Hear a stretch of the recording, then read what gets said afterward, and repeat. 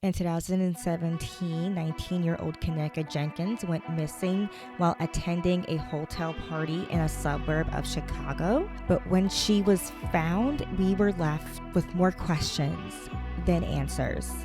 My name is Sophia Talley, and this is True Crime in It.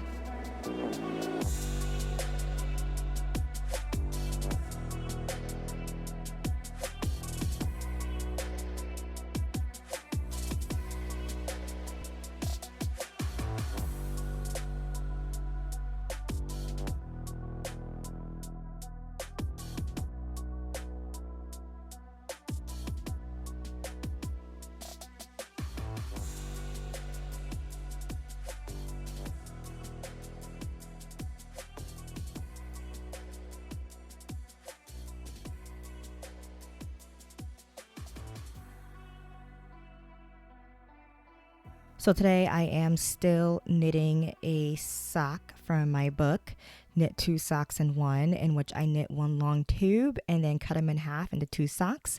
I am using yarn from Wonderland Fiber. I still don't know the name of the yarn that I am using. I've been looking for it forever. I'm going to have to contact them and ask them what yarn this is.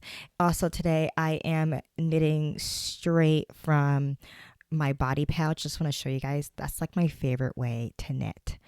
But anyway, let's get into this case. The date is September 8th, 2017. It is a Friday night, and Kenneka has borrowed her mother Teresa's car to attend a party. She is attending this party with a few of her girlfriends. She left her mom's house at 11:30.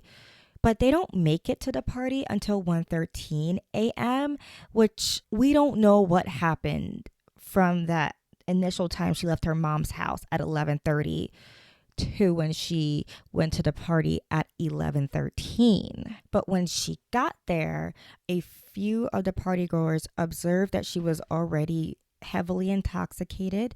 She was swaying, slurring her words, but she was also acting a bit odd as well, beyond just the usual drunk. She looked sad. She would dance for a little bit and then after a while just sit down and kind of mope a little bit. She was drinking cognac that night, so very, very strong stuff, and was just visibly intoxicated the entire night. At 1:30, she was on a phone call with her sister, and unfortunately, this was the last time her family would hear from her alive. At 1:36 a.m., a partygoer starts a Facebook live stream, and Kenneka isn't directly like the subject of this live stream, but the woman who is live streaming, she has black mirrored sunglasses on, and you can see Kenneka's reflection in these mirrored sunglasses. She's just sitting what looks to be on a bed and just does not look like she is having a good time at all. She does not look good. And there's other video footage from this party because everyone at this time was sharing everything on Facebook. So there would be like little people would go on live and just drunkenly chit chat to their friends on Facebook, I guess. And so there would be like little bits of footage of Kenneka, and in each one of these scenes, she's just never looking too happy. And it doesn't seem like she knows them very well. In fact, at the one time where she seemed happy and she was making some noise, one of the partygoers yelled at her for being too loud. So it just didn't seem like she was in her usual crowd. At 3:20, hotel surveillance footage shows Kenneka stumbling down a hallway and also somewhere near like the front desk area. So she is stumbling and just rubbing her shoulder against the wall. She doesn't look good, and she's all by herself in this footage. At 3:25, you can see her exiting a elevator on a lower level, and then again at 3:32, she is moving through the first floor kitchen. And this kitchen is actually no longer in operation. It is completely empty. I think it's a kitchen that the hotel uses to rent out for caterers. Like, it's not their main kitchen. So we don't know why or how she ended up there. And this is the last bit of surveillance footage that we see of Kenneka. Finally, at 4 a.m., her friends are ready to leave the party, but they look around in their ride, Kenneka, who remember drove them in her mother's car. Kenneka's nowhere to be found. They have her phone, they have her car and car keys, but they don't have her. So in a panic, they call Kenneka's mom, Teresa Martin. And by 5 a.m., Teresa is at the hotel desperately hunting for her daughter. She is knocking on room doors, and she and a few family members are just doing this mad hunt for Kenneka, to the point where the hotel complains to the police, saying that this woman is causing a disturbance, which to me is literally insane. She's looking for her daughter. I just never heard that reaction before. The hotel actually calls the police, and the hotel even tells Teresa that they cannot assist her in search without a missing persons report. So what they're saying is that, hey, if you want our cooperation, you need to get the police involved. Why? I could only think for some archaic legal reason, but I'll tell you this right now, I bet you that the hotel regrets this decision 100%. And finally, Teresa calls the police at 7:14 a.m. saying, hey, my daughter is missing.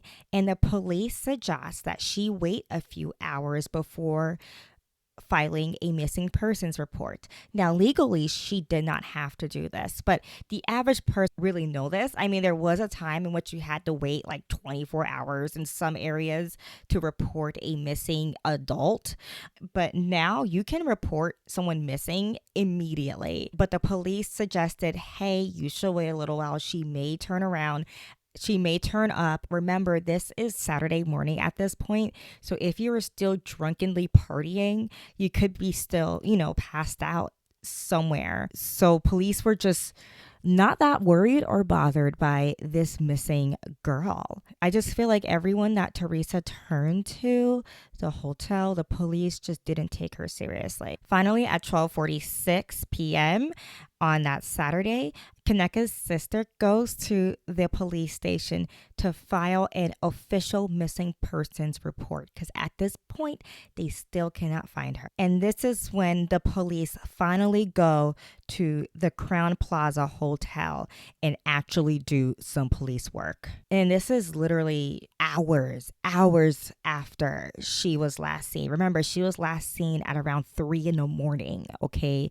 And now it's around 1 p.m. that day. And at first, the police decide to look at the footage of all entrances and exits, and they didn't find anything really. They didn't see the footage that I talked to you about earlier about her walking through the halls and going through elevators, because initially they were just looking to see if she was even in the hotel, which I guess, fair enough. I mean, she could have left with someone. So I think they're trying to make sure they were looking in the right place. But it took them so long to look that the family had to ask them to please look again and see if you can do a more thorough search. It's on that second search the family believes that police found that evidence of Kenneka walking through the halls of the hotel and down to that kitchen by herself at 3 in the morning. Also, during this search, they decide to look through all of the public areas first. And so they start at the 9th floor and they just work their way down through all of the public areas that Kenneka would have access to, not thinking to check any of the restricted areas. And after finding that she did in fact go into this closed off kitchen area that wasn't locked, but it was just a restricted area, with signs saying do not enter. Once they found out she was there, police did a thorough search of this kitchen, and that is where they found 19-year-old Kenneka Jenkins. Kenneka was found lying face down in a walk-in freezer. She had one shoe off and her hair was damp and wet. She was covered in brown dirt, just really, really dirty, as if she rolled around in a dirty puddle almost. And she's in this walk-in freezer, which isn't the cleanest thing I've seen, but she looks dirtier than what the freezer looks, if that makes sense. It's just odd. It just She was not found in the best shape. When they took the temperature of their freezer, they found that it was 34 degrees Fahrenheit, so just above freezing. But this temperature was taken after the doors to the freezer was open for 2 hours. So while they were collecting evidence, everything like that, they took the photos. The freezer was most likely much colder than that. There was no signs of trauma on her body besides her having a cut on that one bare foot. On October 6, 2017, the coroner releases her cause of death, which he found to be accidental. Her blood alcohol level was 0.112, so she was fairly intoxicated. And also in her system, they found traces of topiramate, which I hope I'm saying that right. I feel like I'm always saying the drugs wrong, and then the pharmacists in the comments have to help me out. But this drug is used to treat seizures and migraines, and it is not a party drug at all. It doesn't make you feel high or anything like that. It's not considered a date rape drug, and she was not prescribed this drug. So what I'm trying to say is there is no reason for this drug to be in her body. Now, I do have a personal experience with this drug. I can't pronounce it. Oh my goodness. Topiramate. I took this drug back in 2013 because I was having migraines and just neural issues like that. And let me tell you, it is not something that you want to take on purpose, okay? It is very strong stuff, and it makes you feel sick. It can make you feel disoriented, and it can actually make you feel more drunk than what you are, and it can speed up hypothermia. So that's interesting, because here is a drug in her system that can speed up hypothermia and make her feel drunker than what she is. She has no access to this drugs. It's not something that you would take for recreational purposes. There's no evidence that she even used drugs because there was marijuana at the party, but there was no traces of marijuana in her system. So what I'm trying to say here is that how did this drug get into her system? And the only thing I could think about was, and this is speculation. This is where you enter in Sophia's speculation land. But I would not be surprised if someone slipped it into her drink to make her feel more intoxicated, almost as if they were trying to use that drug to sexually assault her. That's just my assumption. Police don't believe this, though. I will say the police do not believe this. They have no explanation for why the drug is in her system, and they didn't really question it. In fact, they closed her case, and it's just case closed. She's died an accidental death from exposure, from being left in a freezer essentially for hours. And this did not, as you can guess, this did not sit well with the general public.